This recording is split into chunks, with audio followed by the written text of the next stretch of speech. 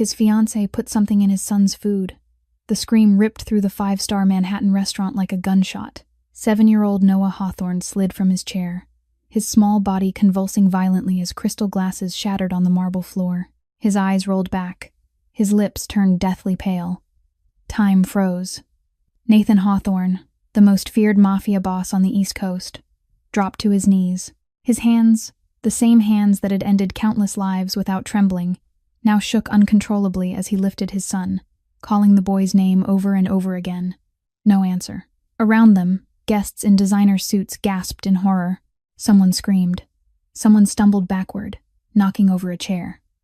Armed bodyguards reached for their weapons, but there wasn't any enemy to shoot, and she stood there, Camille Sinclair, his fiancée, frozen beside the table, her beautiful face drained of color, her perfectly manicured hands trembling, but not from shock, from something far darker.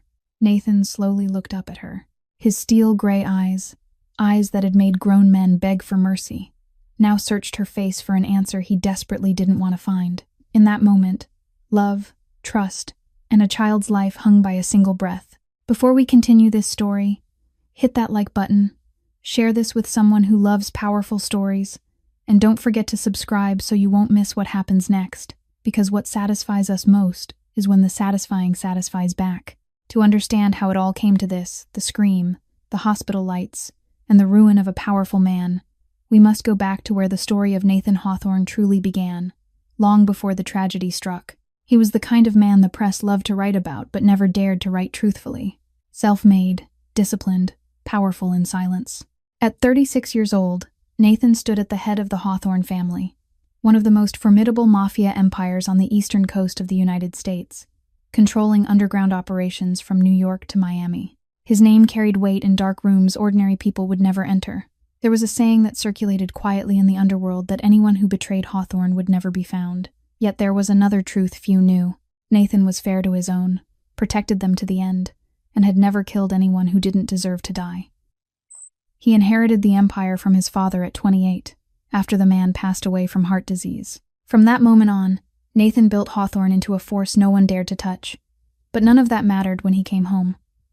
At home, Nathan wasn't a mafia boss. He was just a father.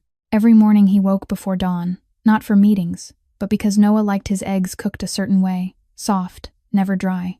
Nathan tied his son's school uniform tie himself, even though dozens of staff waited outside with schedules and reminders. Once, Noah said, in a voice far too serious for his age, that Dad doesn't have to do everything alone. Nathan smiled then, but his chest tightened, because there was a time when he wasn't alone. Isabel, Noah's mother, had been the light in Nathan's darkness. She believed in him when he was nothing more than his father's young enforcer, with blood on his hands and an uncertain future ahead. Isabel loved him for who he was, not for power or money. She laughed easily, loved deeply, and always knew how to make Nathan feel like he deserved happiness. Then, on a rainy night 5 years ago, she never came home. The ambush was sudden and brutal. The Vega family, Hawthorne's sworn enemy, had made their move. One phone call split Nathan's life into two halves, before and after. They found Isabel in her bullet-riddled car, her body cold beneath the rain. Nathan killed 17 men that night in revenge. He didn't stop until an entire Vega branch was wiped out, but no amount of blood could fill the emptiness Isabel left behind. After the funeral, Nathan learned how deafening silence could be. Noah was only 2 years old then, too young to understand death, yet old enough to feel absence. The boy cried for his mother in his sleep for months. Every night Nathan sat beside his bed, holding the small, trembling body, whispering promises he wasn't sure he could keep. Dad's here. Dad won't ever leave you. From that moment on, Nathan poured everything into his son. Love, protection, control. Maybe too much. People noticed during family meetings. Whispers followed him. A man like Nathan shouldn't stay alone forever. A child needs a mother. Noah needs a woman in the house. Even Eleanor, his mother, a gentle yet unyielding woman, spoke carefully one evening and told him that pain shouldn't become a prison. Nathan said nothing. He only looked at his scarred hands. He wasn't against love. He just didn't believe in it anymore. The pressure didn't come from enemies. It came from the people who loved him. After Eleanor's words that evening, Nathan began to notice the worried looks lingering on him more often. During family meetings, The elders no longer spoke only about territory or money. They started talking about the future, about an heir, about Noah needing a complete family. A boss without a woman by his side is an incomplete boss. That's what they said. Nathan knew they meant no harm. They were worried about him, about Noah, about the stability of the entire empire. But every time he heard those words, all he wanted was to leave the room. Eleanor didn't force him, but she never stopped reminding him gently. "My son," she said one morning as Nathan was getting Noah ready for school, "you can't live in the past forever. Isabel wouldn't want this for you." Nathan didn't answer.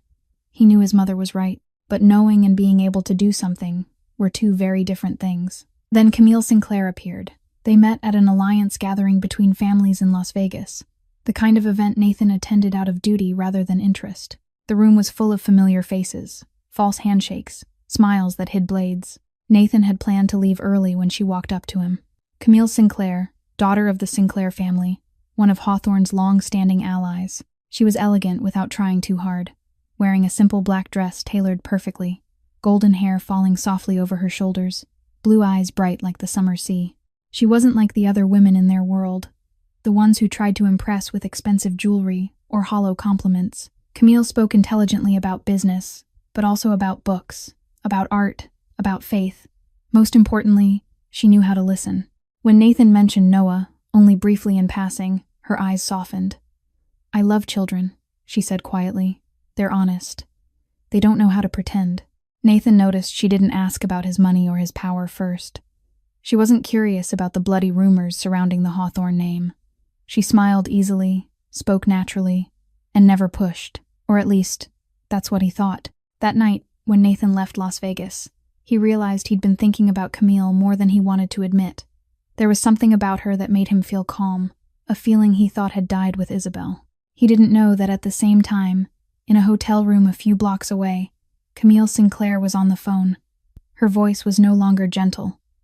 It was cold, calculating. "He's taken the bait," she said into the phone. "Give me time." On the other end of the line, Antonio Vega, the head of the rival family, the man who ordered Isabel's death 5 years earlier, let out a low laugh. "Time is a luxury, Camille. The child has to disappear before he's old enough to inherit. Hawthorne will collapse when he loses his only heir." Camille stared out the window, the lights of Las Vegas flickering below. "I understand," she said. "I'll complete the task." She ended the call, set the phone down, and looked at herself in the mirror. Her beautiful face didn't change. The gentle smile she'd given Nathan hours earlier was gone, replaced by the gaze of a predator patiently waiting for its prey to step into the trap on its own. Nathan Hawthorne didn't know that the woman he'd just met wasn't an angel. She was a blade already sharpened, waiting for the right moment to pierce his heart. While Nathan Hawthorne lived in a lavish mansion on the Upper East Side with dozens of bodyguards standing watch, not far away, in a shadowed corner of Brooklyn, there was a woman fighting for survival in a completely different way. Evelyn Harper, 27 years old, had no bodyguards, no mansion, no one. She had only a run-down one-bedroom apartment with rusted pipes and windows that wouldn't fully close, a place where the winter wind crept in every night, as if reminding her that the world had never been on her side. Evelyn didn't know who her parents were. She was found on the doorstep of an orphanage in Queens when she was only a few days old, wrapped in an old blanket with a crumpled note that held nothing but the name Evelyn. No last name, no address, no explanation. She grew up in the foster system, moving from one place to another, never staying long enough to call anywhere home. No one ever adopted her. Maybe she was too quiet, too observant, too old beyond her years. Children like Evelyn learned very early that the world owed them nothing, and that hope was a luxury they couldn't afford. At 18, Evelyn left the system with $200 in her pocket and no one in the world to call family. She worked every job she could find, cleaning, waiting tables, washing dishes, delivering packages. She slept in cheap rooms, ate meals that were only enough to keep her from fainting, and dreamed of a day when she might have a place that truly belonged to her. Then Brandon Mitchell appeared.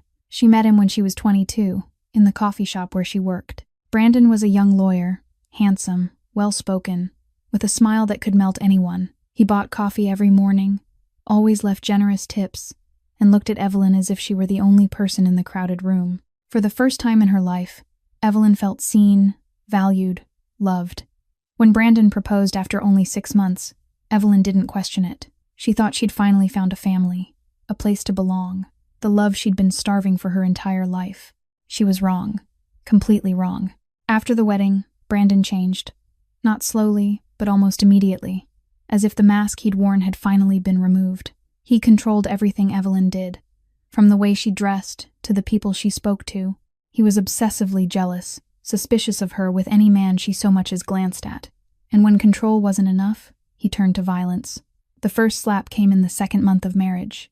Brandon apologized right away, cried, promised he wouldn't ever do it again. Evelyn believed him. She was wrong again. Slaps became punches. Punches became kicks. Kicks became nights where Evelyn lay curled on the floor, blood on her lips, wondering what she'd done wrong. 3 years. 3 years of hell. Evelyn didn't dare leave because Brandon threatened to kill her if she did. He was a lawyer, with money and connections. Who would believe an orphaned woman with no family?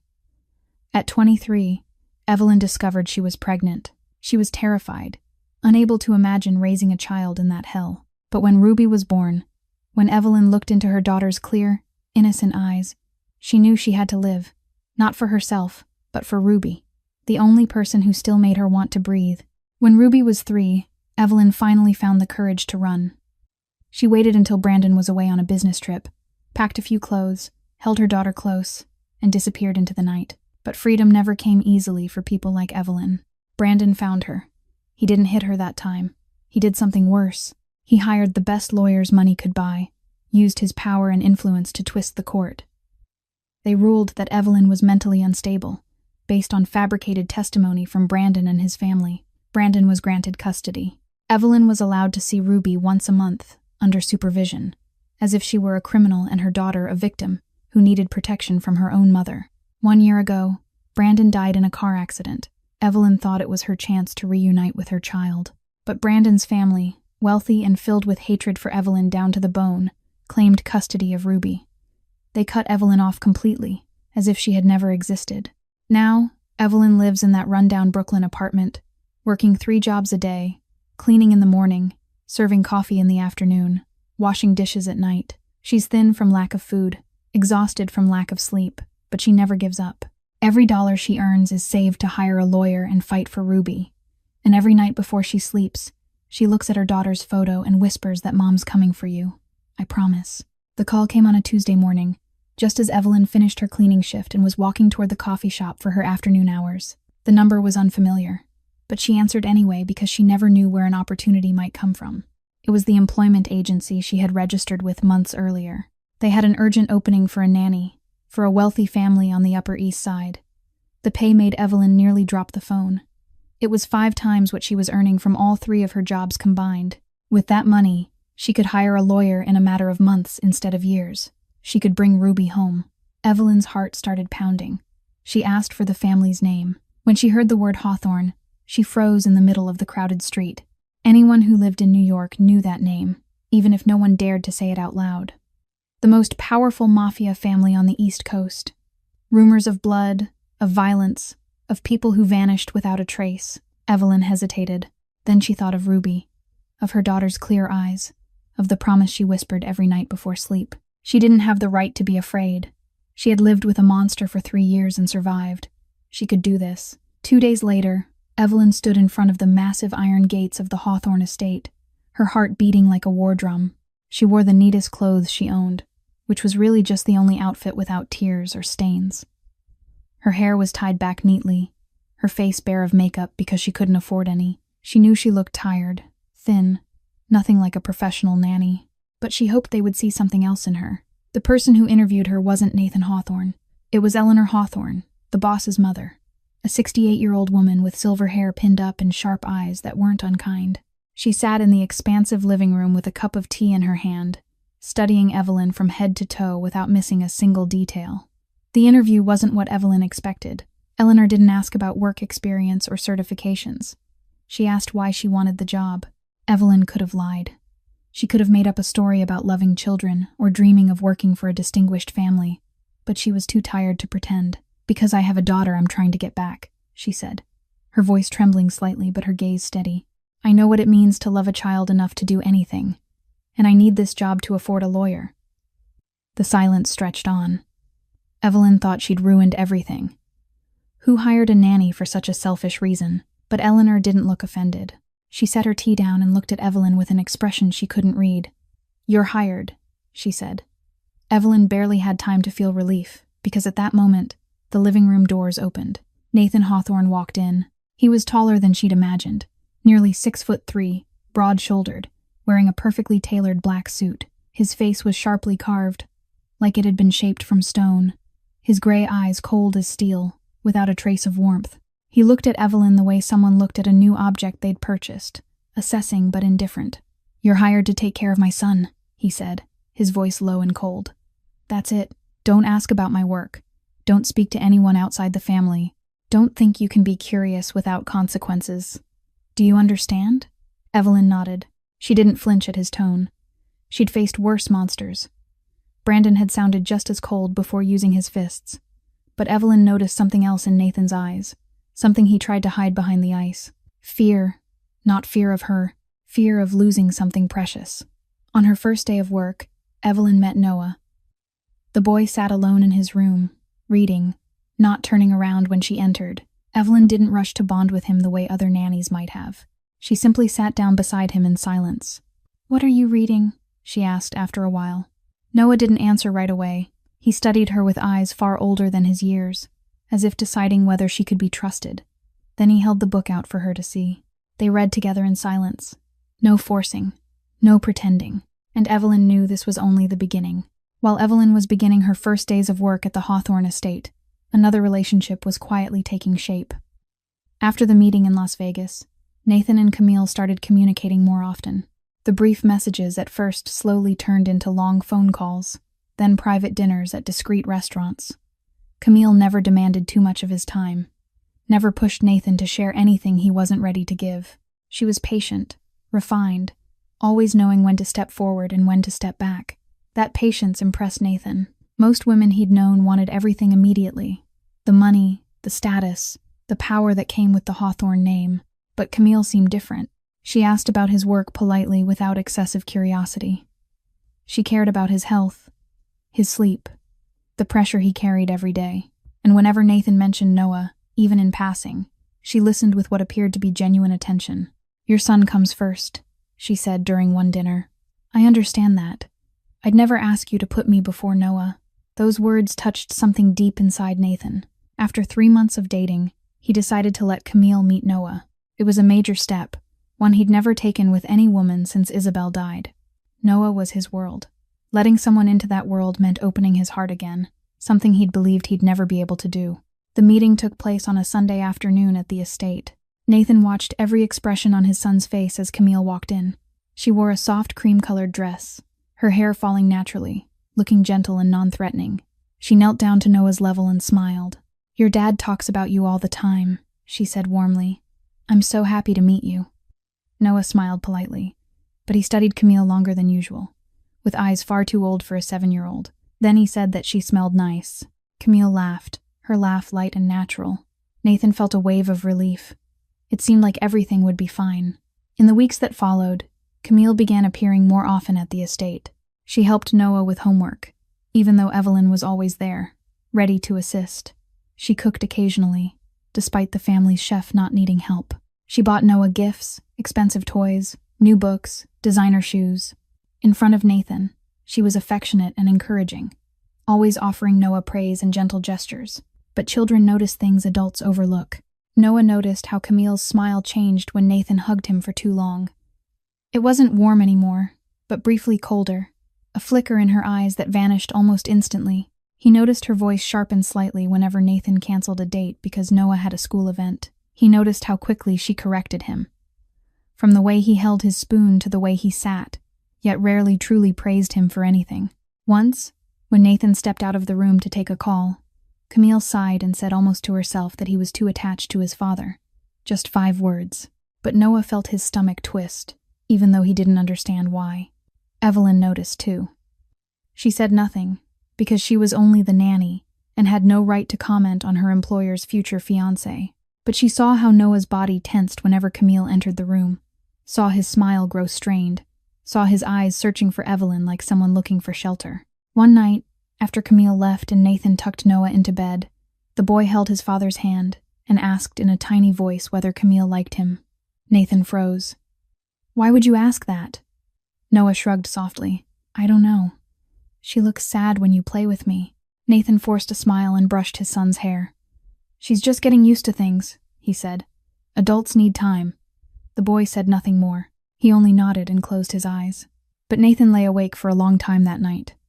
His son's question let a small doubt slip into his mind. Then he pushed it away. He'd invested too much in this relationship. He wanted to believe Camille was good, that she cared for Noah, that he'd finally found someone to rebuild a family with. He wanted this to work. For Noah, for himself, for the version of life that looked whole again. He didn't know that jealousy, once planted, grows quietly. And sometimes, it grows toward the most innocent heart in the room. While the relationship between Nathan and Camille continued to grow, another bond was quietly taking root inside the Hawthorne estate. Evelyn and Noah didn't grow close through expensive gifts or sweet promises. They connected through silence, through small moments no one else noticed. Every afternoon after school, Evelyn and Noah sat side by side in the reading room. She never forced him to talk if he didn't want to. She simply sat there, reading her own book while Noah read his. Sometimes an entire hour passed without a single word spoken, but it was a comfortable silence, the kind that exists between people who don't need words to understand each other. Gradually, Noah began telling Evelyn about the books he was reading, about the characters he liked, the endings he wished were different, the stories he wanted to write himself. Evelyn listened to every word, never interrupting, never judging. She asked questions that came from genuine interest, not the kind adults often ask children just to be polite. Noah noticed. At 7 years old, he had already learned how to tell the difference between real care and something fake. Evelyn was real. One night, Evelyn was sitting in her room reading when she heard crying, soft and choked, coming from Noah's room at the end of the hall. She hurried over, opened the door, and saw the boy curled up on his bed, his face wet with tears, his small body trembling in the dark. A nightmare. Evelyn didn't ask questions. She simply walked over, sat on the edge of the bed, and pulled Noah into her arms. He didn't resist. He leaned into her, sobbing, his small hands clutching her shirt as if afraid she might disappear. "I dreamed about my mom," Noah whispered between sobs. "I saw her leave and I called out, but she didn't come back." Evelyn didn't know what to say. She didn't have empty reassurances like everything will be okay or don't be sad. She only held him tighter and began to sing. A lullaby she used to sing to Ruby every night, back when her daughter still slept in her arms, back when life hadn't taken everything away. Evelyn's voice wasn't beautiful, a little rough from years of exhaustion, but she sang with her whole heart. The melody was soft and gentle, like invisible arms wrapping around the boy. Noah slowly stopped crying. His breathing softened, growing steady. He lifted his head and looked at Evelyn, his eyes still red but no longer afraid. "You're like my mom," he whispered. "She used to sing to me like that." Evelyn's chest tightened. She tried to hold back her tears, but one slipped free and rolled down her cheek. "Thank you," she said softly, her voice breaking. It was the most beautiful compliment anyone had ever given her. That night, after Noah had fallen into a deep sleep, Evelyn sat alone in her room, staring at Ruby's photograph. Her daughter was only 3 in the picture, her smile bright, her eyes clear, and unaware that just months later her mother would lose her forever. Evelyn wondered if Ruby had nightmares, if someone held her when she cried, if anyone sang her to sleep, or if she lay alone in the dark, calling for her mother with no one answering, just like Noah in his dream. Tears streamed down Evelyn's face. She pressed the photograph to her chest and whispered the words she said every night. "Mom's coming for you, I promise." Caring for Noah eased some of Evelyn's pain, as if by protecting this little boy she was making up for what she couldn't do for her own daughter. But it also deepened her longing for Ruby, made it sharper, more painful, because every time she looked at Noah, she saw Ruby. She saw what she had lost. She saw what she had to fight to reclaim at any cost. 6 months after their first meeting in Las Vegas, Nathan proposed to Camille. The proposal was private and simple. No cameras, no grand speeches, no hundreds of guests watching the way people in their world often preferred. Nathan took Camille to the restaurant where they had their first date, ordered the wine she loved, and when dinner ended, he placed a small black velvet box on the table. Camille cried. She said yes. She wrapped her arms around Nathan, and whispered that she was the happiest woman in the world. Nathan believed her. He wanted to believe her. When Noah was told the news, he clapped politely. The smile on his lips was so perfect, no one noticed how forced it was. "Congratulations, Dad," he said, in the obedient tone he had learned to use when facing things he couldn't change. "Congratulations, Camille." Nathan ruffled his son's hair, his heart full of hope. He thought that at last, after 5 years of loneliness, he could give Noah a complete family. He didn't see the way his son's small shoulders tightened, the way the smile never reached his eyes, the way the boy asked to go to his room earlier than usual. That night, alone in bed, Noah hugged his pillow tighter than normal. He didn't cry. He had learned that crying didn't change anything. He just lay there, staring at the ceiling in the dark, wondering why his heart felt so heavy when his father was clearly happy. Maybe it was his fault. Maybe he should be happier. Evelyn knew. She passed Noah's room to check on him before going to her own, and saw that the boy was still awake, eyes wide open in the darkness. She didn't go in. She didn't ask questions. She just stood there for a moment, her chest aching because she understood exactly how he felt, the feeling of being left behind in someone else's happiness. After the engagement, Camille changed. The change was subtle, almost impossible to notice unless someone was watching closely. To the outside world, she was still the perfect fiancée, elegant at events, supportive during meetings, always standing half a step behind Nathan with a gentle smile and a hand resting lightly on his arm, as if telling the world, "This man is mine." But inside the house, Camille became more involved, more present, more controlling. She insisted on having breakfast with Nathan and Noah every morning. "You shouldn't rush off without eating," she said with a practiced smile, pouring Nathan's coffee with flawless attentiveness. "And Noah needs to see that we're a family." Nathan liked that word, family. He didn't notice the way Camille emphasized "we," as if staking a claim. Evelyn watched everything from the corner of the kitchen, where she prepared Noah's breakfast, the way he liked it. She saw the way Camille's smile vanished the moment Nathan turned his back. She saw Camille's blue eyes track Noah, not with a mother's warmth, but with the alertness of a rival measuring an opponent. She saw how Camille corrected Noah constantly. "Sit up straight, hold the spoon properly, don't speak when adults are talking." Nothing sounded cruel, but nothing sounded kind either. Each correction was precise, reasonable, but together they formed an invisible wall that made Noah shrink a little more each day. The 7-year-old boy began eating breakfast in silence, eyes lowered to his plate, trying not to make mistakes so he wouldn't be corrected. Evelyn wanted to say something. She wanted to name what she was seeing, to give words to the unease growing in her chest. But who was she? Just the nanny, an orphaned woman with no family, working in the home of the most powerful Mafia boss in New York. Who would listen to her? Who would believe her? She had tried to tell the world the truth about Brandon once, and the world had turned its back on her and taken her daughter away. She couldn't survive another failure. So Evelyn stayed silent. She watched, she waited, and she held Noah a little tighter every night when he had nightmares. She didn't know that her silence would soon be tested to its limit. The change in Camille didn't stop at gentle corrections during breakfast. It escalated gradually, like water slowly heating until the frog doesn't realize it's boiling until it's too late.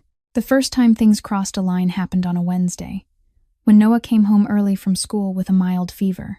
Nathan was in the middle of an important meeting with allied bosses, the kind he couldn't leave even for a minute. He called home, his voice tense with worry. "Camille, please stay with him," he said. "I'll come home as soon as I can." "Of course," Camille replied, her voice smooth and full of concern. "Don't worry. I'll take care of Noah." But when the call ended, the smile on Camille's lips disappeared. She looked at Noah lying on the sofa, his face flushed with fever, and let out an irritated sigh. "Pretending to be sick again so your dad will come home early?" she asked coldly. Noah opened his eyes, confused.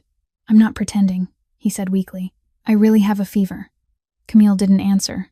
She placed a glass of water on the table beside him, then sat down across from him and scrolled through her phone, not bothering to check his temperature, not asking if he was hungry, if he needed anything. Noah lay there, lonely even with someone in the room, feeling worse from the indifference than from the fever itself.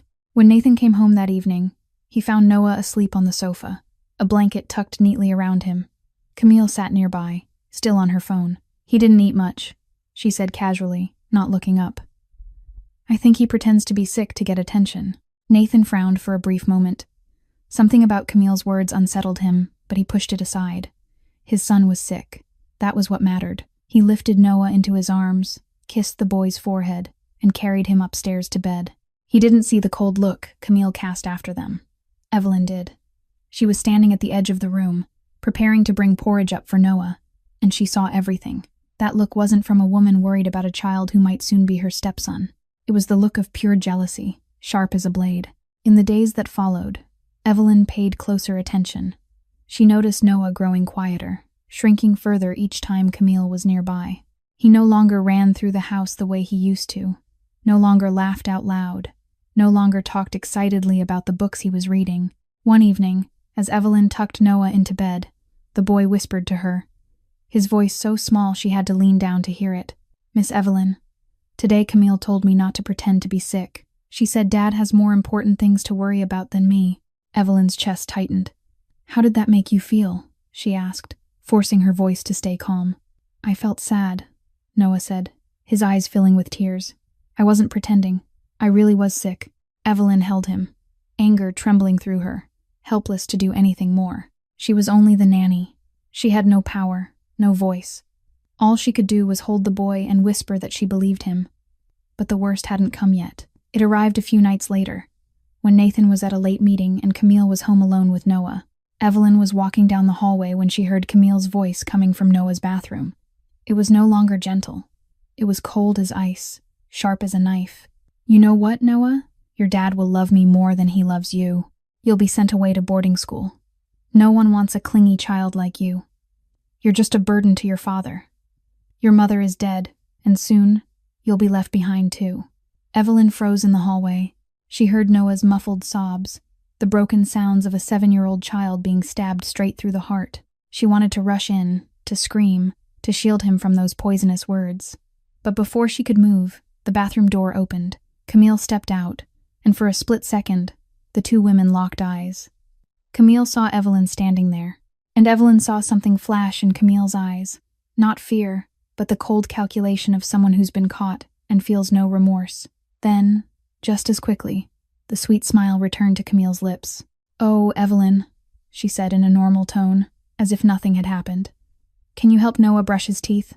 He's a little tired tonight."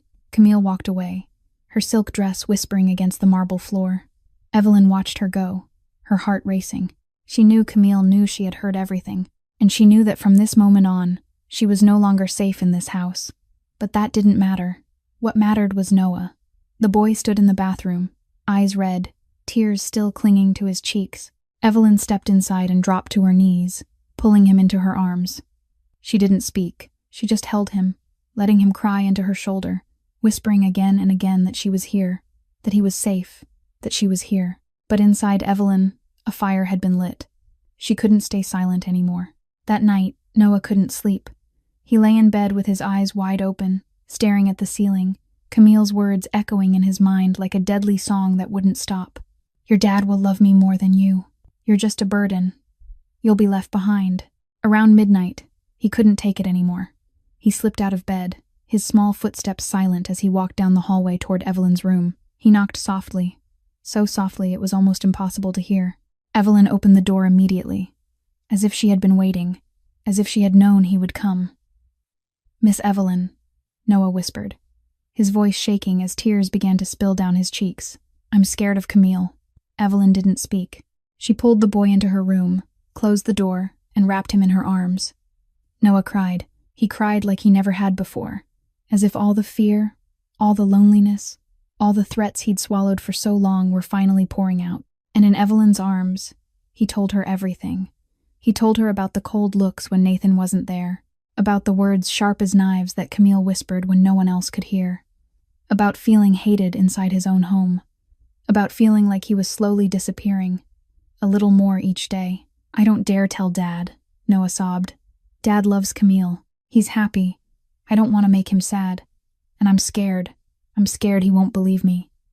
Evelyn held him tighter, her heart breaking. She knew that feeling. She knew what it was like to tell the truth and not be believed, to stand alone against the world and be called a liar.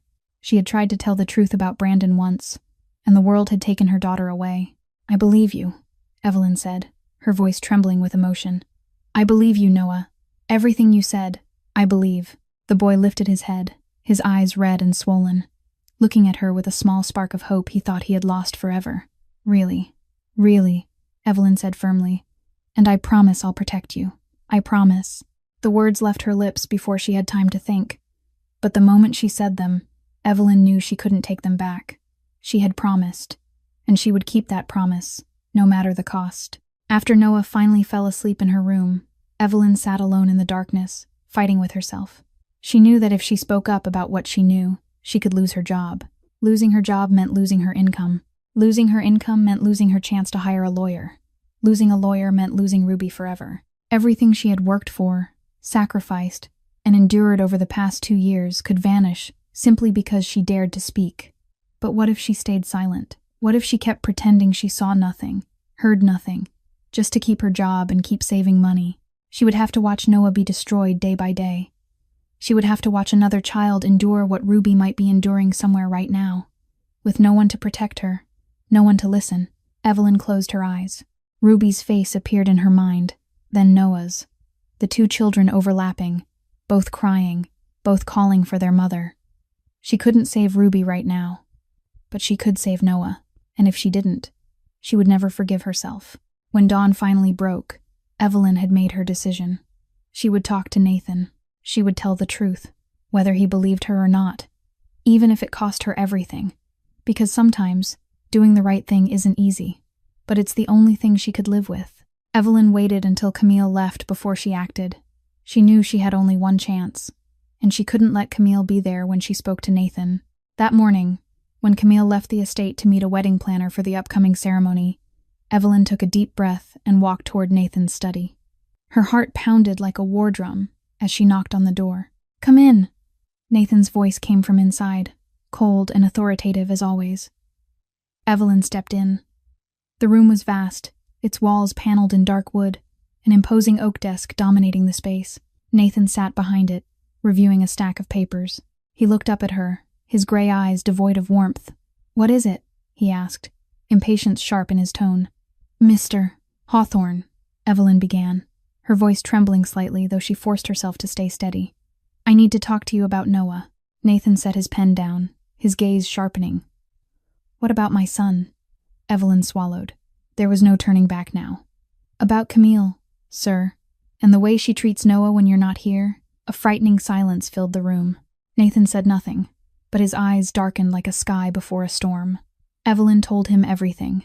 She spoke about the day Noah had a fever, and Camille accused him of pretending, about the cold remarks, the looks of contempt when Nathan wasn't watching, about the night in the bathroom, the threats she had heard every word of. "Your dad will love me more than you. You'll be sent away to boarding school. No one wants a clingy child like you." When Evelyn finished, Nathan's face had gone completely still, but not with belief, with anger. He rose slowly from behind the desk, his height making the room feel smaller. "You're accusing my fiancée of abusing my son," he said, his voice low and dangerous, like an animal's growl before it attacks. Evelyn didn't step back, even though her legs were shaking. "I'm only telling you what I saw and heard, sir. I'm not making anything up." Nathan walked closer, each step a silent threat. "Camille loves Noah. She's going to be his mother. And you, a servant, dare stand here and slander her." "I'm not slandering her," Evelyn said, her voice shaking more now but still refusing to give in. "I'm telling the truth. You may not believe me, but ask your son. Look into his eyes and ask him if he's afraid of Camille." That sentence made Nathan pause for a split second. Something flickered in his eyes, a trace of doubt, a memory of Noah's question that night. "Does Camille like me?" But he pushed it away immediately. He had invested too much in this relationship. He had opened his heart for the first time in 5 years. He couldn't accept that he was wrong, that he had brought a dangerous person into his home, into his son's life. To admit that would mean admitting he had failed as a father, and Nathan Hawthorne didn't fail. "Get out," he said, his voice ice cold. "But Mr. Hawthorne, this is your only warning," Nathan cut her off. "If I hear you say anything like this again, you'll leave this house immediately. Do you understand?" Evelyn looked at him, her heart breaking. Not because he threatened her, but because she knew that by refusing to listen, he was pushing his son into danger, and she could do nothing to stop it. She nodded slowly and turned to leave the room. She didn't cry, She had forgotten how to cry a long time ago, but inside her, a piece of hope had just died. She didn't know that her conversation with Nathan wasn't as private as she thought. Patrick Sullivan, Nathan's right-hand man, had happened to walk past the hallway and overheard most of it. He meant no harm. He only thought it was something Camille, his boss's fiancée, should know, so she'd be aware that someone was trying to undermine their relationship. That evening, when Patrick casually mentioned the conversation to Camille, her blue eyes went cold for a fraction of a second before the gentle smile returned. "Thank you for telling me," she said softly. "It's sad that someone would try to drive us apart, but I won't let that happen." When Patrick left, Camille stood alone in the living room, the smile gone completely. She pulled out her phone and dialed a familiar number. "The nanny is becoming a problem," she said into the phone, her voice cold. On the other end, Antonio Vega replied, "Then eliminate her, by any means necessary." Camille ended the call, her blue eyes glinting in the darkness. She already had a plan. Camille moved faster than Evelyn ever imagined. Just 2 days after the failed conversation with Nathan, the trap was already set. That morning began like any other. Evelyn woke early, prepared breakfast for Noah, and took him to school. She had no idea that while she was gone, Camille slipped into her room.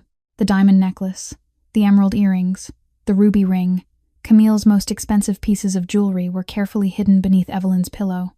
Inside her dresser drawer, tucked into her worn old handbag, Camille worked with precision, leaving no trace behind, then walked out of the room with a satisfied smile on her lips. That afternoon, when Evelyn picked Noah up from school and brought him home, she felt a strange heaviness in the air inside the mansion. The staff avoided her eyes. Patrick stood by the front door, his expression tense. Nathan was waiting in the living room, Camille seated beside him, her blue eyes red as if she'd been crying. "Evelyn," Nathan called, his voice cold as ice. "Come in." Evelyn's heart sank. She knew something was wrong, but she couldn't imagine what awaited her. She stepped into the room, Noah gripping her hand tightly, as if he sensed danger closing in. "My jewelry is missing," Camille said, her voice trembling with perfect control. "I've looked everywhere and I can't find it. I didn't want to believe it, but..." She stopped, looking at Evelyn with a mask of false pain that only Evelyn could see through. Nathan motioned to Patrick. "Search her room." Evelyn froze. No, this couldn't be happening. Before she could say a word, Patrick returned, holding Camille's jewelry, found exactly where Camille had hidden it. Under her pillow, in her drawer, inside her bag. "I didn't take it," Evelyn said, her voice shaking with shock and rage. "I swear I didn't. Someone set me up."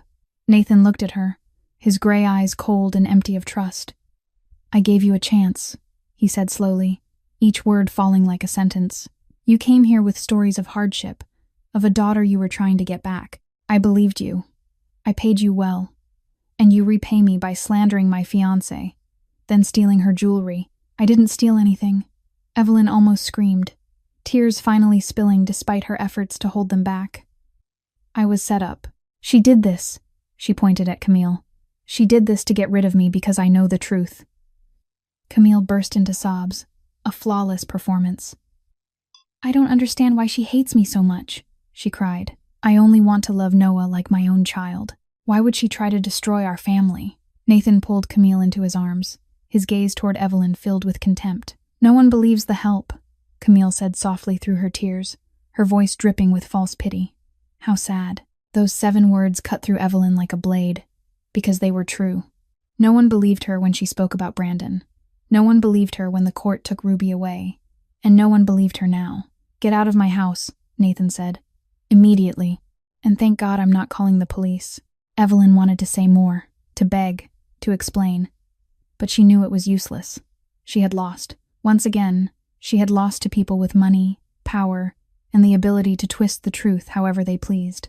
She went to pack her things, her hands shaking so badly she could barely fold her clothes.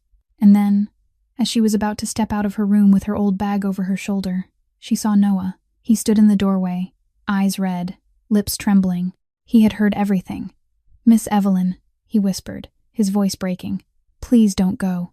Evelyn dropped to her knees and held him one last time. Her tears flowed freely now, unstoppable. "I'm sorry," she said, her voice choked. "I'm so sorry. I promised to protect you and I couldn't." "You promised," Noah cried. "You said you'd stay." "I'm sorry," Evelyn could only repeat, because she had nothing else left to say. She had failed. "Will you come back?" Noah asked, his eyes filled with fragile hope. Evelyn couldn't promise. She didn't want to lie to him. She only held him tightly, kissed his forehead, and whispered that he should remember this. "None of this is your fault. None of it is." Then she stood and walked away without looking back, because she knew if she did, she wouldn't be able to leave. Outside, rain began to fall. Evelyn walked through the iron gates of the Hawthorne estate, rain soaking her clothes, but she felt nothing. She walked to the nearest bus stop, sat down on the wet bench, and finally, she cried. She cried for Noah, the child she had promised to protect but was forced to leave in the hands of someone dangerous. She cried for Ruby, the daughter she was trying to reclaim, whose chance was now slipping away like smoke. She cried for herself, for 27 years of loneliness, pain, and repeated failure. "Ruby," she whispered into the night rain, "I'm sorry.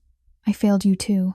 The rain kept falling, cold and merciless, as if the whole world were crying with her. Or perhaps, as if the whole world were laughing at her. Evelyn didn't know anymore. She only knew she had lost everything. Once again, after Evelyn left, the Hawthorne mansion grew colder than ever, at least for Noah. Camille quickly hired a new nanny, a middle-aged woman named Margaret with an expressionless face and indifferent eyes.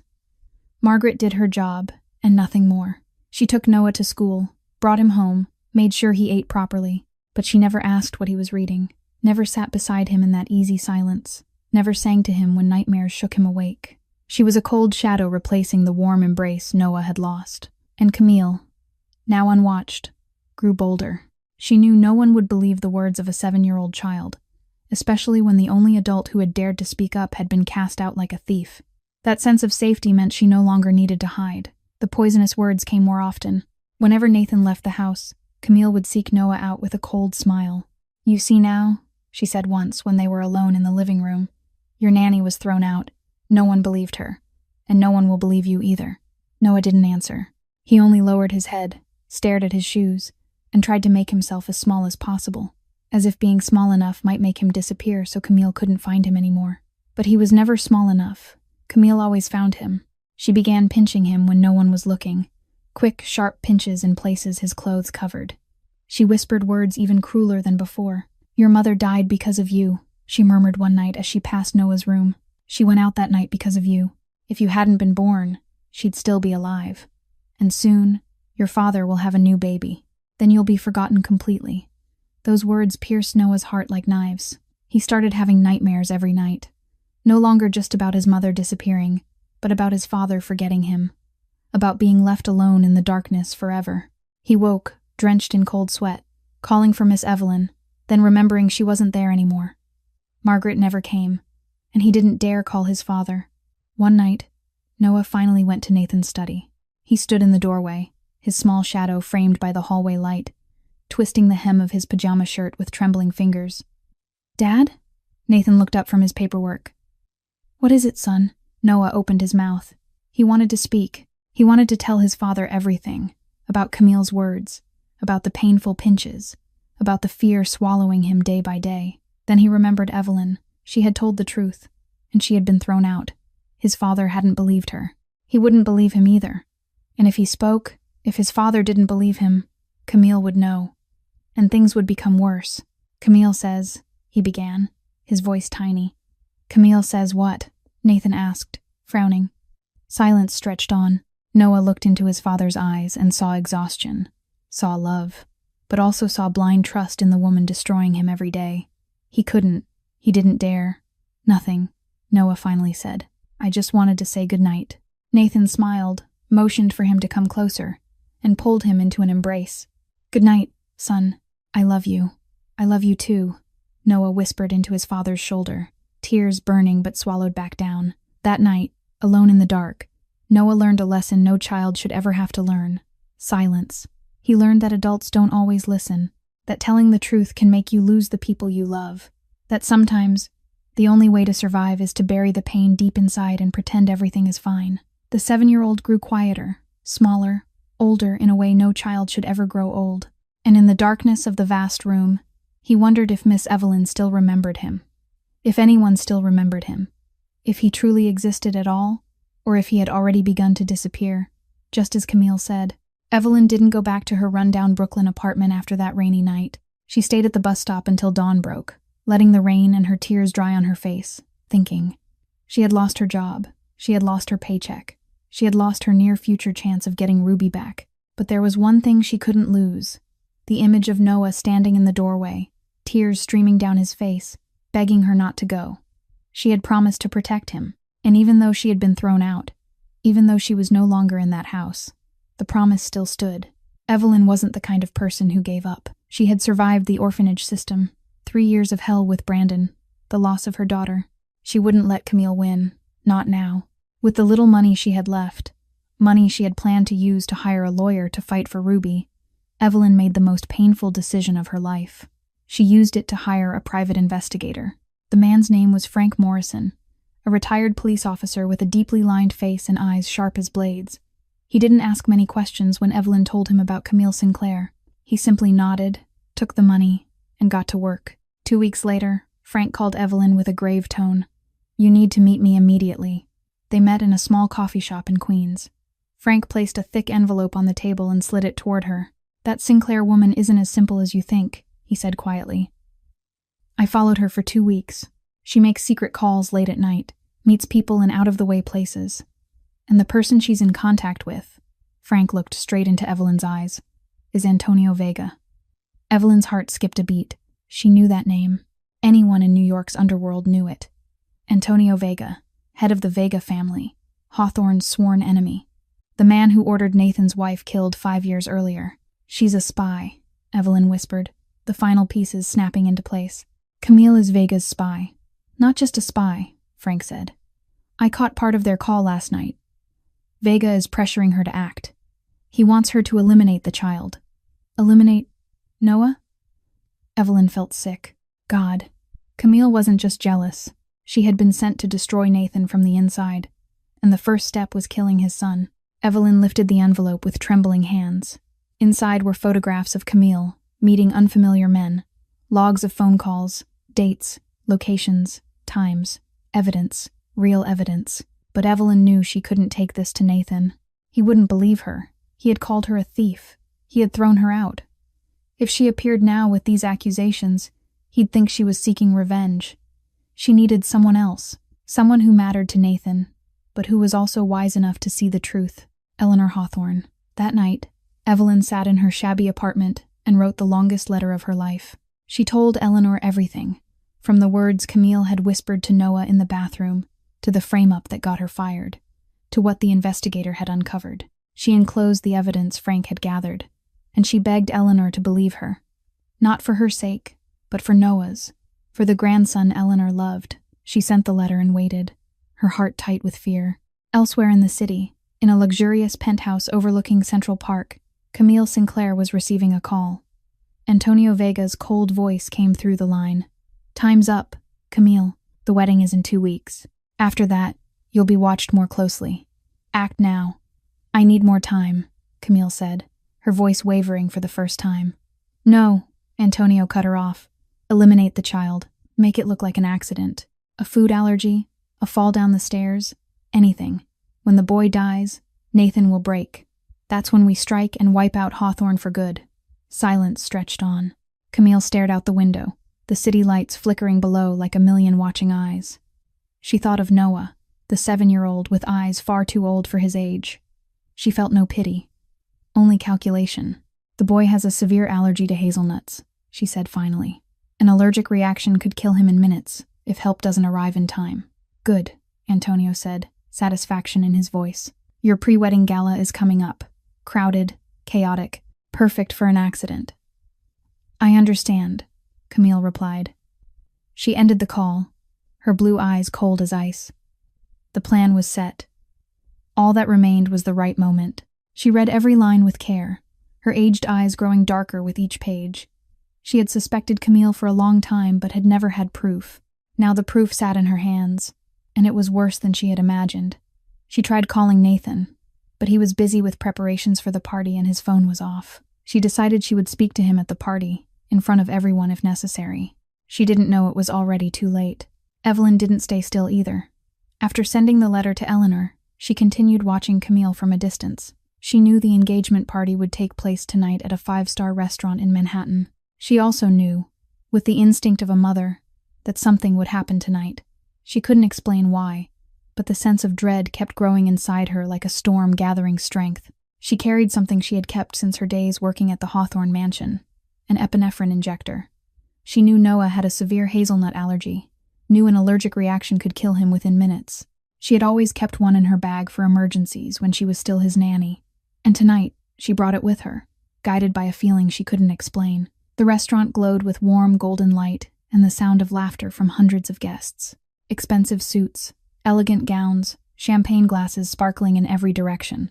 Nathan stood at the center, Camille at his side, her smile radiant as if she were the happiest woman in the world.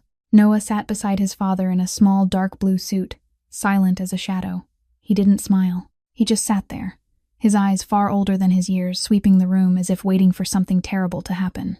Evelyn slipped into the restaurant through the back entrance, disguised as a server. She stood in a corner, watching from afar, her heart pounding like a war drum. She saw Camille laughing with guests, saw Nathan holding his fiancée's hand with pride, saw Noah curled inward like a frightened bird. When dessert was served, Evelyn noticed something wrong. Camille leaned toward Noah's plate, her hand moving quickly and discreetly. It lasted only a second, but Evelyn saw it clearly. Camille was sprinkling something onto the boy's food. Evelyn's heart stopped. No. She wanted to scream immediately, but she was too far away. She pushed through the crowd, trying to reach Nathan's table, but there were too many people, and she was too small amid the sea of bodies. Noah looked down at the dessert in front of him. Chocolate cake with whipped cream. He wasn't hungry, but Camille smiled at him and said to eat. It's delicious. Her voice was sweet in a way that felt terrifying. Noah lifted his spoon and took one bite, then a second. On the third, he stopped. His throat began to itch. His lips tingled. He looked down at the cake, and in a moment of horror, he realized, hazelnuts. Dad, he whispered weakly, but Nathan was talking to guests and didn't hear. Camille heard. She turned to the boy, and what Noah saw in her eyes wasn't concern. It was anticipation. She was waiting for him to die. Everything happened in seconds.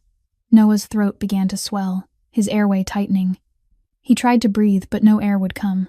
He reached toward his father, but his strength faded, and he slipped from the chair, his small body convulsing violently on the marble floor. The elegant atmosphere shattered in an instant, replaced by a suffocating wall of panic. Nathan was on the floor in a heartbeat, his powerful frame trembling with a raw terror no enemy had ever managed to instill in him as he gathered Noah's limp body into his arms.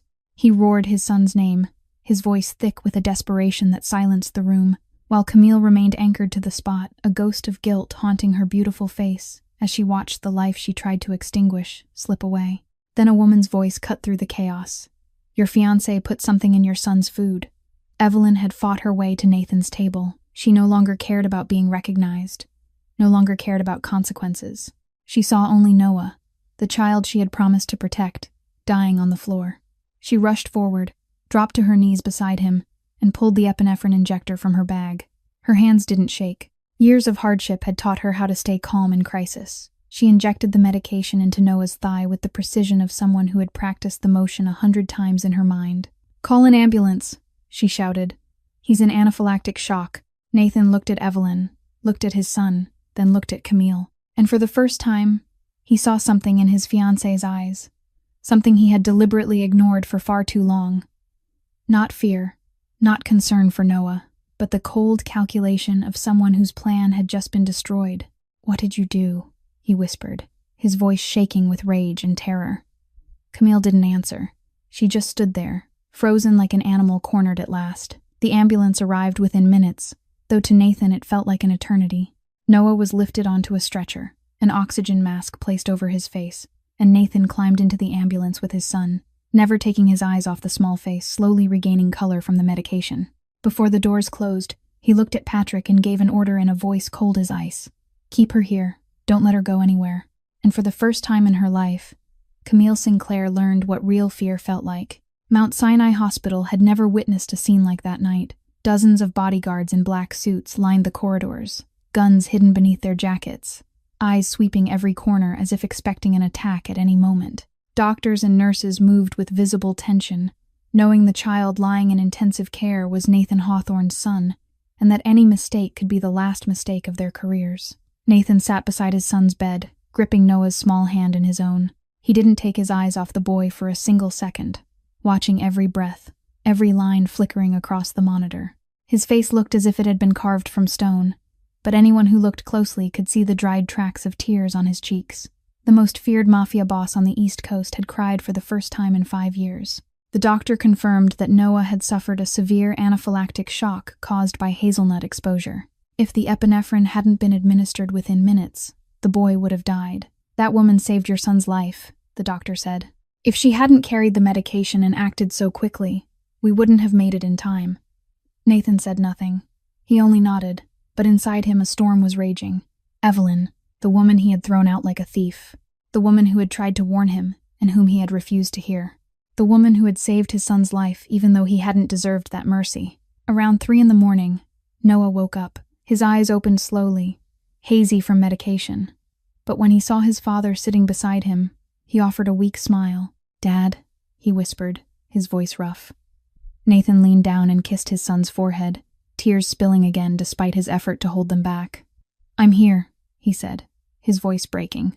"I'm here, my son. You're safe now." Noah closed his eyes for a moment, as if gathering strength, then opened them and said the words Nathan would never forget for the rest of his life. "Dad," he whispered, tears sliding down his cheeks. "I'm scared of Camille." 4 words, just 4 words, but they pierced Nathan like a blade. He remembered everything. Noah's question that night, "Does Camille like me?" Evelyn's warning that he had dismissed, the look in his son's eyes whenever Camille was near. A look he had deliberately ignored because he had been too blind, too desperate for a complete family to face the truth. "I know," Nathan said, pulling his son into his arms and crying without sound. "I know. I'm sorry. I'm sorry I didn't listen to you." They held each other in silence, father and son finally saying what should have been said long ago. About an hour later, when Noah had fallen asleep again, a bodyguard knocked softly on the hospital room door. "Sir," he said quietly, "the woman named Evelyn Harper is outside. She wants to know how the boy is doing." Nathan stood up. "Bring her in." Evelyn entered the room looking exhausted and anxious. She was still wearing the server's uniform she had used to slip into the restaurant, her hair loose, dark circles under her eyes from lack of sleep. But when she saw Noah breathing steadily in the hospital bed, she let out a shaky breath and tears spilled over. "He's okay," she whispered. "Thank God." Nathan stood across from her, his face filled with conflict. He didn't know what to say. This woman had saved his son's life, yet he had treated her with cruelty beyond measure.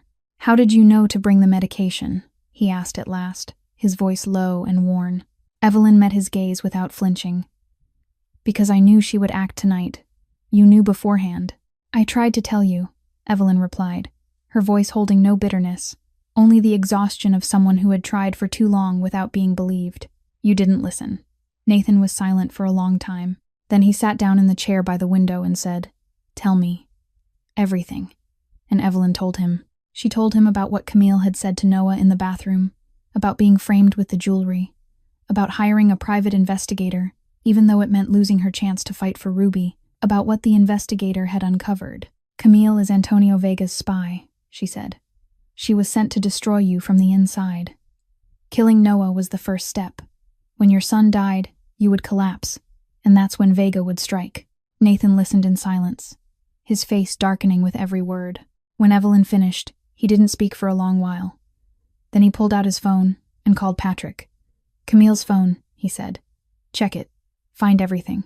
15 minutes later, Patrick called back. What he reported made Nathan grip the window frame to keep from collapsing. Camille's phone contained hundreds of messages with Antonio Vega, recordings of calls detailing plans to kill Noah, maps of the Hawthorne mansion, guard schedules, weaknesses in the security system. Camille wasn't just a spy. She was an embedded assassin, and Nathan had brought her into his home, into his son's life, into his own heart. He sank into the chair, his head falling into his hands. And for the first time in his life, the most feared Mafia boss in New York felt utterly defeated. "I almost killed my own son," he whispered, his voice shattered. Evelyn sat beside him and placed a gentle hand on his shoulder. "You're not a bad man," she said softly. "You were just too desperate for a complete family. I understand that. I was the same once." Nathan looked up at her. You lost everything trying to save my son. Your job, your income, your chance to get your daughter back. Why did you still do it? Evelyn smiled sadly. Because I have a daughter I couldn't protect, she said, her voice trembling. I couldn't let another child suffer what I failed to stop. Noah did nothing wrong. He deserved someone willing to fight for him. Nathan looked at her, and for the first time, he truly saw her. Not a nanny, not a woman accused of theft, but someone brave, strong, and kinder than anyone he had ever known. Thank you, he said, his voice low and sincere. I owe you my son's life. Evelyn shook her head. You don't owe me anything. She looked at Noah sleeping peacefully in the hospital bed. As long as he's safe, that's enough. Nathan stood up, his gray eyes now hard as steel. He had cried enough. He had regretted enough. Now it was time to act. Take Camille to the warehouse, he ordered Patrick over the phone. I'll handle her myself. For the first time in years, Nathan's voice was so cold that even Patrick, who had followed him through countless battles, felt a chill run through him. The abandoned warehouse on the outskirts of New Jersey was where the Hawthorne family dealt with problems that couldn't be solved by ordinary means, and no one knew how many people had walked in and never walked out.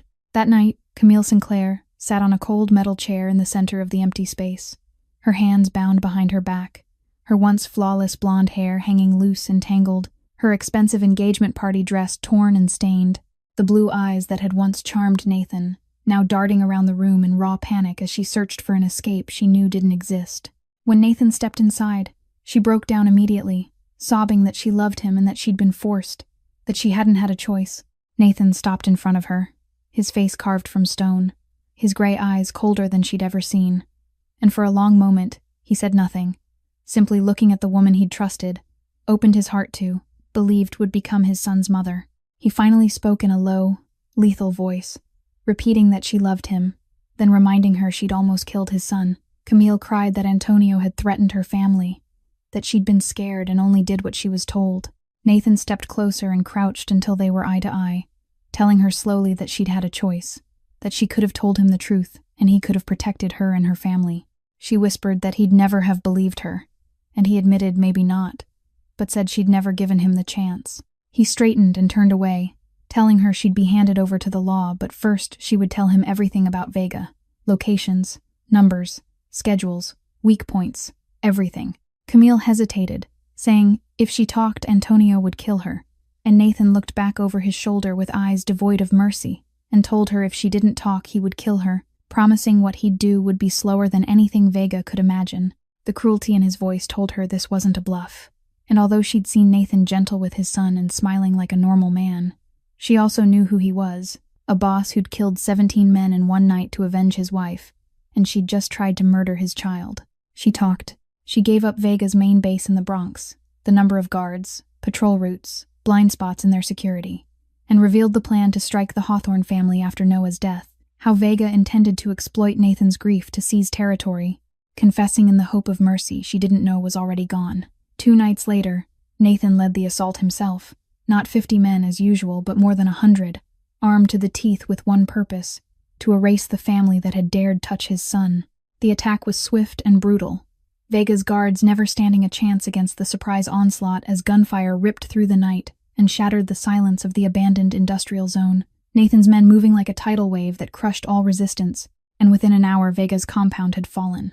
Antonio Vega was captured alive in a reinforced basement room while trying to flee, and Nathan stood before his oldest enemy, the man who'd ordered Isabel's death 5 years earlier and had just ordered the murder of his son. Nathan said calmly that Antonio had tried to kill his child, and Antonio, kneeling with a gun pressed to his head, still managed a crooked smile and said the boy was Nathan's only weakness.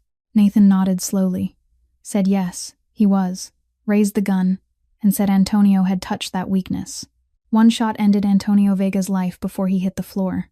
Nathan stood there for a long time, staring at the body of the man who'd stolen Isabel and nearly stolen Noah, feeling no triumph or satisfaction, only emptiness, knowing revenge didn't bring Isabel back, but Noah was safe, and that was enough. Camille was turned over to the authorities with overwhelming evidence of attempted murder, espionage, and conspiracy with a criminal organization, and the trial lasted 3 months, drawing national attention as messages from her phone, recorded calls, witness testimony, and Noah's medical records crushed any defense, her lawyers arguing coercion but the jury not believing it. Camille Sinclair was sentenced to 25 years in prison without parole, and as she was led out of the courtroom in handcuffs, she looked back at Nathan one last time, seeing him sitting in the front row with Noah beside him, and never once returning her gaze, because to him she no longer existed. The Sinclair family, though proved to be unaware of Camille's secret alliance with Vega, was forced to pay a heavy price for her betrayal. Nathan stripped them of their status and severed all ties, leaving the disgraced family to crumble in the shadows of the East Coast. After the trial ended and Camille was sent to prison, Nathan Hawthorne returned to the mansion with a new resolve. He had almost lost his son because of his own blindness, and he wouldn't let that happen again. The very next day, he summoned Patrick and his most trusted lieutenants and announced that he would be stepping back from daily operations for the foreseeable future. The family still needed a leader, but his son needed a father more. Patrick would handle most of the day-to-day business, and Nathan would intervene only when it was truly necessary. It was the first time in the history of the Hawthorne family that a boss willingly stepped back for the sake of family. In the days that followed, Nathan spent nearly all his time with Noah. He took his son to school every morning, instead of sending a driver. He picked him up every afternoon, asking about his day, his friends, what he'd learned. Every night, he sat by his son's bed and read stories until Noah fell asleep, something he hadn't done since Isabel died. He learned how to listen, truly listen, not just with his ears, but with his heart. "I'm sorry I didn't listen to you," Nathan told Noah one night as they lay side by side after finishing a story. "From now on, I promise I'll always listen. Anything you want to say, I'll hear it." Noah turned to look at his father, the eyes that had grown far too old for a child slowly softening. "I love you, Dad," he whispered. "I love you too," Nathan replied, holding his son close. More than anything in this world. But Nathan knew love alone wasn't enough. Noah needed healing for the wounds Camille had caused. Wounds invisible to the eye, but deeper than any physical injury. He hired the best child psychologist in New York, a middle-aged woman named Dr. Rachel Chen, with a gentle voice and eyes full of understanding. Noah saw Dr. Chen twice a week. At first, he barely spoke, just sat quietly and drew. But little by little, he began to open up. He talked about the things Camille had said, about feeling unwanted in his own home, about the fear that his father would love someone more than him. Every story Noah told was like a knife in Nathan's heart. He sat in the waiting room during every session, and when Dr. Chen explained what his son had endured, he had to fight not to break down. He had failed. He had let his child suffer alone for far too long, but he wouldn't fail again. Eleanor watched her son's transformation with both joy and pain. She was glad Nathan had finally understood what mattered most in life. She was hurt knowing the lesson had come at such a terrible cost. One evening, after Nathan put Noah to bed and sat alone in his study, Eleanor entered and sat across from him. "My son," she said gently, "you've learned the hardest lesson of all." Nathan nodded, staring into the distance. "I almost lost Noah, Mom. I almost killed my own son with my blindness." "But you didn't lose him," Eleanor said, "and you won't make that mistake again. That's what matters." Silence stretched between them. Nathan thought of Evelyn, the woman who'd saved his son's life, the woman who'd lost everything trying to protect Noah. "I don't know how to make it right with her," he said at last. "Evelyn, she lost her job, her income, her chance to get her daughter back, all because of my son." Eleanor smiled, her eyes lighting up as if she'd been waiting for him to say this. "Then help her get back what she lost," she said. "She gave your son a chance to live. You can give her a chance to reunite with her daughter." Nathan looked at his mother, and for the first time in weeks, he felt a spark of hope. She was right. He couldn't change the past, but he could change the future. For Noah, for himself, and for Evelyn. Nathan found Evelyn on a rainy afternoon 3 weeks after Camille's sentencing. He came alone, without bodyguards, without a luxury car, wearing only a black coat and carrying the address of a run-down Brooklyn apartment Patrick had tracked down for him. The neighborhood was worn and neglected, lined with aging buildings, rusted fire escapes, and the faint smell of garbage hanging in the damp air. Nathan stood in front of door number 7, hesitating before knocking. He had faced hundreds of enemies without fear, but standing outside the apartment of the woman he had wronged, he felt like a sinner asking for forgiveness. The door opened and Evelyn stood there, her brown hair tied back, her face thinner than the last time he had seen her at the hospital, yet her brown eyes were still warm. She froze for a moment when she saw him, clearly unprepared. "Mr. Hawthorne?" Nathan corrected her quietly. Call me Nathan. Evelyn said nothing. She neither invited him in nor shut the door. She had learned not to expect kindness from powerful men. I came to apologize, Nathan said, his voice low and sincere. He had no prepared speech, no rehearsed excuses, only the truth. I didn't believe you when you tried to warn me. I threw you out like a criminal. I let you lose everything for trying to protect my son. And you still came back and saved Noah even when I didn't deserve it. I have no defense for what I did. I can only say I'm sorry, and I want to make it right. Evelyn was silent for a long moment. Then she spoke without bitterness. I didn't do it for you. I did it for Noah. I know, Nathan nodded. And that makes my debt to you even greater. He met her eyes. I know about your daughter, Ruby. Evelyn stiffened, her eyes widening. You know? I had someone look into it, Nathan said honestly. I know you lost custody because of your ex-husband, and that his family is keeping your daughter from you. I want to help you get Ruby back. Why? Evelyn asked, her voice trembling despite her effort to stay composed. Why would you help me? Nathan thought carefully before answering. Because you taught me something, that someone can lose everything and still choose to protect another person's child. You deserve to have your own child with you, and I have the means to help you. Tears slipped down Evelyn's cheeks despite her attempts to hold them back. She had cried too much in her life and told herself she was done with tears, but these were different. These were tears of hope, something she thought had long died. I have nothing to give you in return, she whispered. I don't need anything from you, Nathan replied. This isn't a deal. It's the right thing to do. Nathan kept his promise. He hired the best custody lawyers in New York, specialists with near-perfect success rates. They reopened Evelyn's case, and what they uncovered enraged even Nathan. Brandon Mitchell had paid to falsify psychiatric records to have Evelyn declared unfit. His family had bribed a judge to secure guardianship after Brandon's death. The entire case had been manufactured through money and influence. With new evidence and a powerful legal team, the court was forced to reopen proceedings.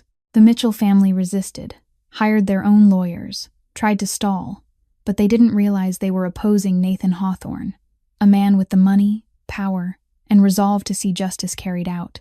The case concluded after 6 weeks. Evelyn Harper was cleared of all previous allegations and granted full custody of her daughter. The Mitchell family was charged with fraud and bribery and left to face their own legal consequences. The day Evelyn reunited with Ruby was a day Nathan would never forget. He and Noah stood at a distance, watching a mother run toward her child after 2 years apart. Ruby, a 4-year-old girl with brown hair like her mother's and wide, innocent eyes, stood outside the social services building holding a caseworker's hand, confused and searching. Then she saw Evelyn. "Mom!" Ruby screamed and ran as fast as her small legs could carry her. Evelyn dropped to her knees and opened her arms, and when Ruby crashed into her, she held on as if letting go would make her disappear again. "My baby," Evelyn sobbed, tears streaming down her face. "I missed you. I missed you so much. I'm sorry I was gone so long." "I missed you too," Ruby cried. "Why didn't you come see me? I waited for you." "I'm here now," Evelyn said through tears. "I'm never leaving you again. I promise." Nathan watched the reunion, warmth filling his chest in a way he hadn't expected. Beside him, Noah squeezed his hand, his own eyes wet. "Dad," Noah whispered. "Evelyn's happy." "Yes, son," Nathan said softly, tightening his grip. "She deserves to be." They stood there a while longer, father and son watching mother and daughter, and Nathan realized that this might be the most valuable investment he'd ever made. Not money, not power, but the chance for a mother to hold her child again. After the day she reunited with Ruby, Nathan offered to help Evelyn find a better place to live. She refused the luxury Manhattan apartment he suggested, saying she didn't need extravagance, only a safe and warm home for her and her daughter. Nathan understood and respected that. In the end, they found a 2-bedroom apartment in a quiet neighborhood in Queens, not large but clean and filled with light, with windows overlooking a small park where Ruby could play. Evelyn accepted the apartment as a loan, even though Nathan insisted it was a gift. She said she would repay him when she had enough money. Nathan didn't argue, only smiled and said she could repay it whenever she wanted, even though they both knew he would never accept it. In the weeks that followed, Nathan and Evelyn began seeing each other more often, not because of work or obligation, but because of Noah. The boy missed his Evelyn, and he wanted to see her again. Every weekend, Nathan brought Noah to Evelyn's apartment, or Evelyn brought Ruby to the Hawthorne mansion. The two children, a 7-year-old boy and a 4-year-old girl, became friends almost instantly. Noah, once quiet and withdrawn, grew more lively around Ruby. He read her stories, taught her how to draw, protected her like an older brother. Ruby looked at Noah with admiration, followed him everywhere, and called him Brother Noah, even though they shared no blood. Evelyn and Nathan sat at a distance, watching the children play, and their conversations slowly became more natural. They didn't talk about love. They didn't talk about promises. They talked about life, about what they had survived, about values they would never compromise, about how they wanted to raise their children. Nathan spoke about Isabel, about the love he had for her, about the pain of losing her. Evelyn spoke about Brandon, about the hell she had survived, about the nights she wondered whether she deserved to be loved at all. They shared their wounds, and in doing so, they began to heal together. One evening, after the children had fallen asleep on the sofa following a movie, Evelyn asked Nathan a question she had carried for a long time. "Aren't you afraid of me?" she asked softly. "I know too much about you. About your work. About what you do." Nathan looked at her, his gray eyes no longer cold like the first day they met. "You're the only person who dared to tell me the truth knowing you'd lose everything," he said. "You weren't afraid of me when everyone else was. You didn't want my money when I offered help. You saw my son as a child who needed protection, not as the son of a Mafia boss." He paused for a moment. "I'm not afraid of you, Evelyn. I respect you. And if I'm honest," he added more gently, "I think I'm starting to have feelings for you, but I won't push anything. You've been through too much. I'll wait until you're ready, if that day ever comes." Evelyn didn't answer right away. She looked into Nathan's eyes, searching for the deception she'd seen in Brandon, but she didn't find it. She saw sincerity, patience, and a tenderness she thought she no longer deserved. "I don't know if I'm ready yet," she said at last, "but I know I want to keep seeing you. I want to see where this goes." Nathan smiled, the first smile that truly reached his eyes since Isabel died. "That's enough," he said. "That's more than enough." What grew between them unfolded slowly, the way spring arrives after winter, without haste, without force, just two adults who had once been broken, learning to heal together, one day at a time. 1 year later, Nathan and Evelyn stood together in front of a 2-story building in the suburbs of New York on its official opening day. It wasn't grand or luxurious, just a few softly painted rooms, professionally trained staff, comfortable chairs, and a play corner filled with books and toys. A child protection center, created for children who'd been abused, neglected, or silenced for far too long without anyone listening. The idea came from Evelyn, who understood better than anyone what it felt like to have no one believe you. The funding came from Nathan, who wanted to use his money for something meaningful instead of only building an empire. And the name of the center was chosen by Noah. A safe place. During the opening ceremony, Evelyn stood at the microphone, her voice trembling slightly with emotion but steady. "This place exists because one child chose to speak up," she said, looking toward Noah seated in the front row, "and because another chose to listen. We can't change the past, but we can build a place where children know their voices matter, that they deserve protection, and that they never have to endure things alone." Nathan stood behind her, not needing the loudest applause or the center position. He simply stood there, looking at the woman he loved, feeling a peace he thought he'd lost the day Isabel died. Noah held Ruby's hand, both children smiling brightly as the applause filled the room. That evening, after the center had closed and the guests had left, Nathan and Evelyn sat on the porch of the Hawthorne estate, watching the sunset paint the sky red. The children were playing in the garden, their laughter drifting through the cool evening air. "Evelyn," Nathan began, his voice lower than usual, "I'm not perfect. I do things you may never fully accept. I have a bloody past and an uncertain future. I can't promise you a normal life." Evelyn turned to him, her brown eyes warm. "I know who you are," she said gently. "I know what you've done, and I'm still here." Nathan reached into his pocket and took out a small box. Inside was a simple ring, not a large diamond or an elaborate design, just a white gold band with a small sparkling stone. He knew Evelyn didn't need luxury. She needed sincerity. "Will you give me the chance to become a man worthy of you?" he asked, his voice trembling slightly despite his effort to stay calm. "Will you allow me to love you and Ruby as my family?" Tears streamed down Evelyn's face, but she was smiling. "Yes," she said. "Yes, I will." Nathan slipped the ring onto her finger, and they embraced in the glow of the sunset, Two adults who'd once been broken finally finding wholeness.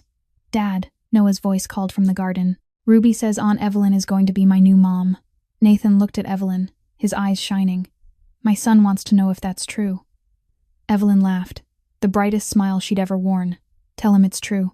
Nathan stood, pulling Evelyn with him, and they walked into the garden where the children were waiting. Noah ran to hug Evelyn, Ruby ran to hug Nathan, and 4 people from different broken places finally came together as a complete family. The story ends here, but what it leaves behind stays with us. Nathan learned that love doesn't rush, that healing doesn't announce itself, and that safety doesn't arrive all at once. It's built day by day, by listening, by choosing courage over convenience, and by never ignoring a small voice, especially when it's telling the truth. This story reminds us that the most dangerous threats in life don't always arrive with anger or violence. Sometimes they come quietly, smiling, asking to be trusted. That love without listening is incomplete. That children sense danger long before adults are willing to admit it. And that a single brave voice, often the smallest, least powerful, and most afraid, can change the outcome of an entire life. Evelyn had no power. She had no status. She had no protection. She only had her conscience. And that was enough. If this story touched your heart, ask yourself whether you've ever ignored a quiet warning in your own life, or whether you've ever been afraid but chose to speak anyway. We'd love to hear your story. Share your thoughts and feelings in the comments below. Your voice matters to us, and we believe every story has value. Every experience deserves to be heard. If you believe stories like this can open hearts, protect lives, and remind us of what truly matters, please like this video, share it with the people you love, and subscribe to our channel so you don't miss future heartfelt stories. Every like, every share, every subscription helps us continue bringing meaningful content to you each day. We sincerely thank you for staying with this story from beginning to end. We wish everyone watching good health, a life filled with joy, and peaceful, happy days with those you love. Remember, sometimes the most important thing we can do for someone is simply listen. Goodbye, and we'll see you in the next video.